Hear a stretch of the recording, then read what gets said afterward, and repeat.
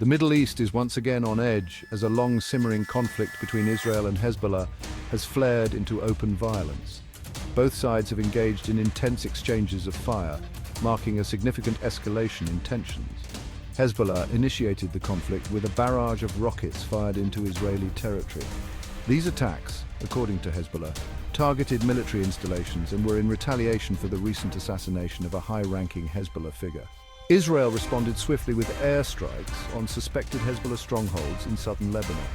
The fighting has already extracted a bloody toll. Reports confirm casualties on both sides, further raising fears of a wider regional conflict. The international community has expressed deep concern, urging both sides to show restraint and prevent further bloodshed. Peace activists have taken to the streets, calling for an immediate ceasefire and negotiations. This conflict is the latest in a series of confrontations between the two, each leaving a trail of destruction and loss. Humanitarian organizations are mobilizing to provide aid to those affected by the violence. World leaders continue to call for a diplomatic resolution, emphasizing the need for dialogue over warfare. As the situation remains tense, both sides are on high alert, with the potential for further escalation looming large. Civilians caught in the crossfire are seeking refuge, adding to the growing humanitarian crisis. International aid is pouring in, but the need is immense and growing by the day.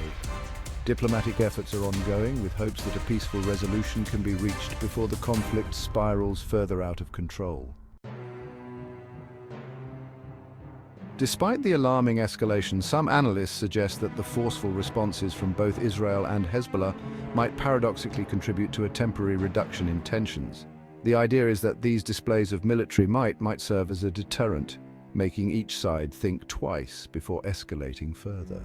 Avi Melamed, a former Israeli intelligence official, argues that Hezbollah's retaliation, while substantial, fell short of what many of its supporters expected. This, he believes, sends a signal to Hamas, another group backed by Iran, that a broader regional conflict is not in their interest. Further bolstering this view, Lieutenant General Keith Kellogg, a former national security advisor, praised Israel's robust response. He believes it has effectively re-established deterrence in the region, putting Hezbollah and its patron, Iran, on the defensive. This decisive action, he argues, has lowered the risk of the conflict spiraling out of control.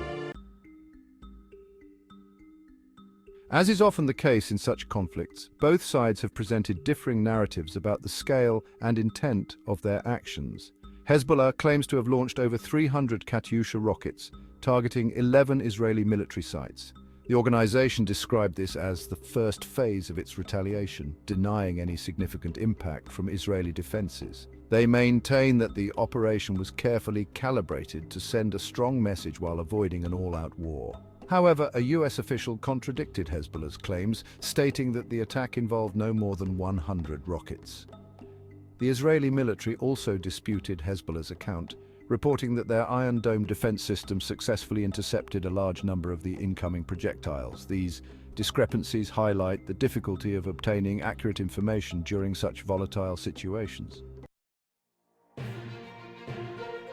The United States, a steadfast ally of Israel, has responded to the escalating situation with a clear message of support. The Pentagon has bolstered its military presence in the Middle East in recent weeks as tensions have mounted.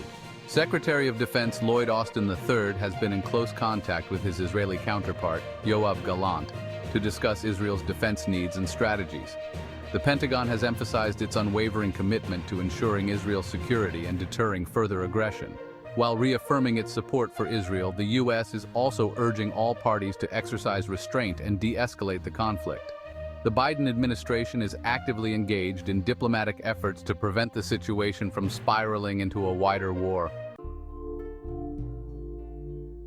The timing of this latest flare-up is particularly concerning as it coincides with ongoing efforts to negotiate a ceasefire between Israel and Hamas in Gaza. The Biden administration has proposed a so-called bridging ceasefire as a potential pathway to peace. However, experts are skeptical about the likelihood of a lasting agreement. The escalating tensions between Israel and Hezbollah add another layer of complexity to an already volatile situation. Mehran Kamrava, a professor at Georgetown University, believes that the bridging ceasefire proposal lacks concrete details. He argues that it is driven more by US domestic political considerations than a genuine desire for a resolution to the Israeli-Palestinian conflict. Despite its robust military response, Israel maintains that it does not seek a full-blown war with Hezbollah in Lebanon. Israeli officials have stressed their commitment to protecting their citizens and deterring aggression, but have also signaled a desire to avoid a wider conflict.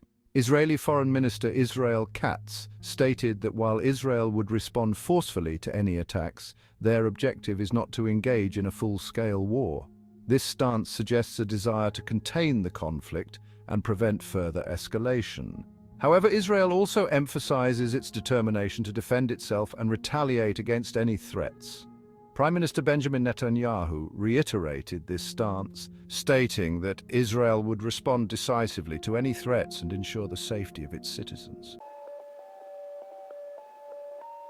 The escalating conflict has had immediate and disruptive consequences for travel in the region.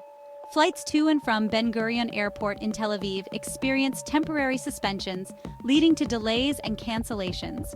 Travelers found themselves stranded, their plans thrown into disarray. Similarly, flights to and from Beirut were also affected, causing further inconvenience and anxiety for travelers.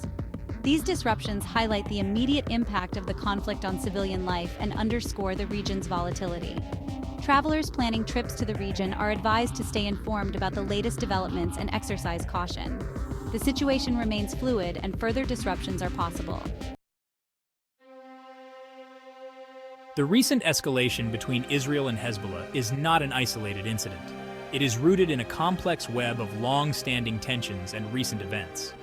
The assassination of the high-ranking Hezbollah figure in Beirut, widely attributed to Israel, served as the immediate catalyst for the current flare-up. Hezbollah, backed by Iran, seeks to portray itself as a defender of Lebanon and a force to be reckoned with. Their attacks on Israel aim to demonstrate their capabilities and deter further Israeli actions against them. Israel, for its part, views Hezbollah as a significant threat and is determined to prevent the group from gaining strength or launching attacks against its territory. As this volatile situation continues to unfold, it is more important than ever to stay informed. The Middle East is a powder keg and events can change rapidly. We will continue to monitor the situation closely and provide updates as they become available.